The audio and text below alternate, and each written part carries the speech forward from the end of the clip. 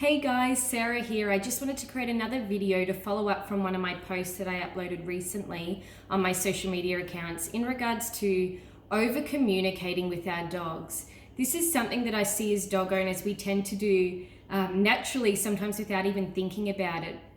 Because dogs are such a big part of our families, they're such an important part of our lives, we tend to think of them as humans sometimes, like we tend to talk to them like they're a human.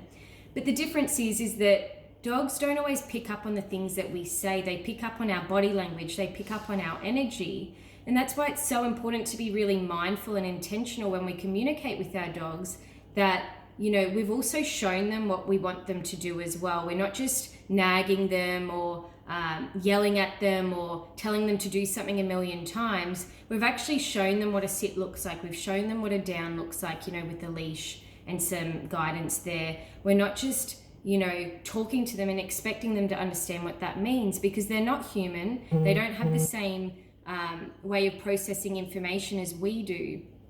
So this is something that I think is so important, and an area that I particularly see a lot of behavioral problems forming from is when us as humans and dog owners, we tend to over communicate with our dogs and confuse them, particularly around when we're leaving the house or when we're coming home. We create a lot of excitement, which can form into a lot of over-arousal with our dogs, and sometimes a lot of anxiety as well, where our dogs don't know what to do with that.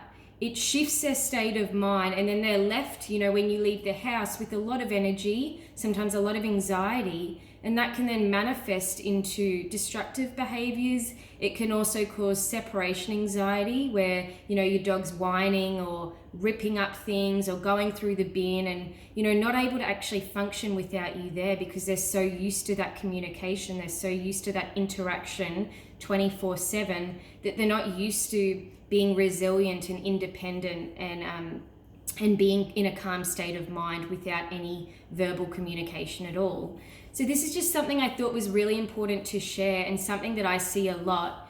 And you'll notice a lot if you follow me on social media. In all the videos where I'm training dogs, I'm not actually saying much at all. I'm keeping myself very neutral, and I generally have a leash on with the dogs that I'm training, and I'm showing them what I want of them before I add any verbal cues. Particularly at the start of training, we want to, do a lot of physical exercises where we're actually showing and training the dogs. We're not speaking to them first, because what you'll see is a lot of dogs, even if you look at them or you say a few words, it creates a lot of excitement for particular dogs or a lot of anxiety, and then they can't actually focus on what you're asking of them.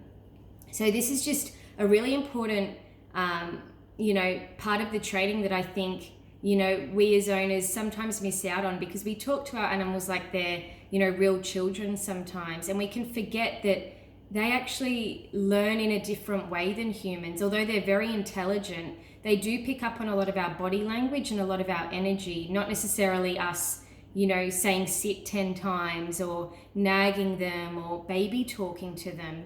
We think they might be understanding that, but it can actually cause a lot of confusion for many dogs. So I think it's really important to be really intentional with how we communicate with our dogs, and really pay attention to what we're saying to our dogs, how we're saying it, when we're saying it, and how often potentially we're saying it, and to start to actually implement a lot more training. So working the dog, leading the dog, as opposed to always talking to them. And you'll see some pretty amazing shifts start to happen with their mindset as well.